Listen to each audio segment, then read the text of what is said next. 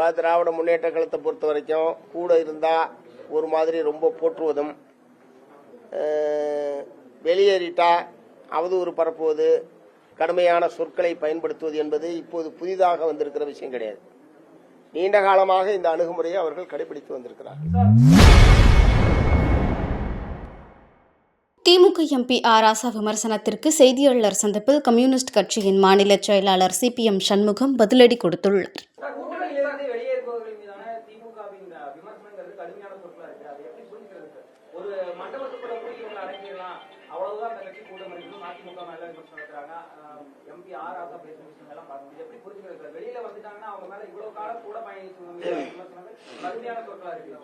இல்ல, பொதுவாக திராவிட முன்னேற்ற கழகத்தை பொறுத்த வரைக்கும் கூட இருந்தா ஒரு மாதிரி ரொம்ப போற்றுவதும், வெளியேறிட்டா அவதூறு பரப்புவது, கடுமையான சொற்களை பயன்படுத்துவது என்பது இப்போது புதிதாக வந்திருக்கிற விஷயம் கிடையாது. நீண்ட காலமாக இந்த அணுகுமுறையை அவர்கள் கடைபிடித்து வந்திருக்கிறார்கள். பட் எங்களை பொறுத்தவரை அரசியல் தான் தீர்மானிக்கிறது.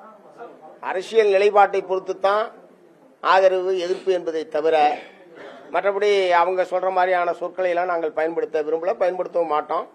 அவங்க முரசொலியில் எழுதின கட்டுரைக்கு ஒரு விரிவான பதிலை தீக்கதிரில் எங்களுடைய கட்சியின் சார்பில் நாங்கள் வெளியிட்டிருக்கிறோம். அநேகமாக அதற்கு பிறகு அவர்கள் தரப்பிலிருந்து எந்த விதமான கருத்துக்களும் வரவில்லைன்னு தான் நினைக்கிறேன். ஒரு இடையில நான் எதுவும் பார்க்காம விட்டோன்னு, ஆனால் எதுவும் வரலன்று தான் நான் நினைக்கிறேன். ஸோ அது அது முடிவுக்கு வந்த பிரச்சனையாக தான் பார்க்கிறேன். அப்படிலாம் இல்லையே, நாங்கள் கொள்கை சார்ந்து ஏங்க 100 முறை விளக்கிட்டேன். இது மதச்சார்பற்ற கூட்டணி.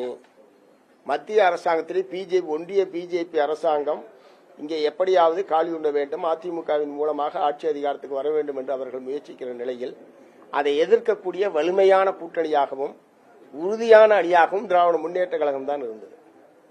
அதனால்தான் நாங்கள் அதில் நீடிச்சோம். நாங்க ஏன் நீங்க இன்னொருத்தரோட ஒப்பிடியாதான் கேக்குறீங்க? அதாங்க, அது அவர்கிட்ட கேளுங்க. நாங்க அப்படி இல்லை, நாங்கள் உறுதியாக இல்ல, நாங்க அந்த எங்களுடைய அப்படி கேட்கல அவரு. நாங்க அவர் இருந்த மாதிரி நாங்க இல்ல சார். நாங்க கொள்கை பூர்வமாக பிஜேபிக்கு எதிரான அணி, அதுல உறுதியாக இருந்த அணி. செய்திகளை உள்ளது உள்ளபடி தெரிந்து கொள்ள ரெஃப்ளெக்ட் நியூஸை சப்ஸ்கிரைப் பண்ணுங்க.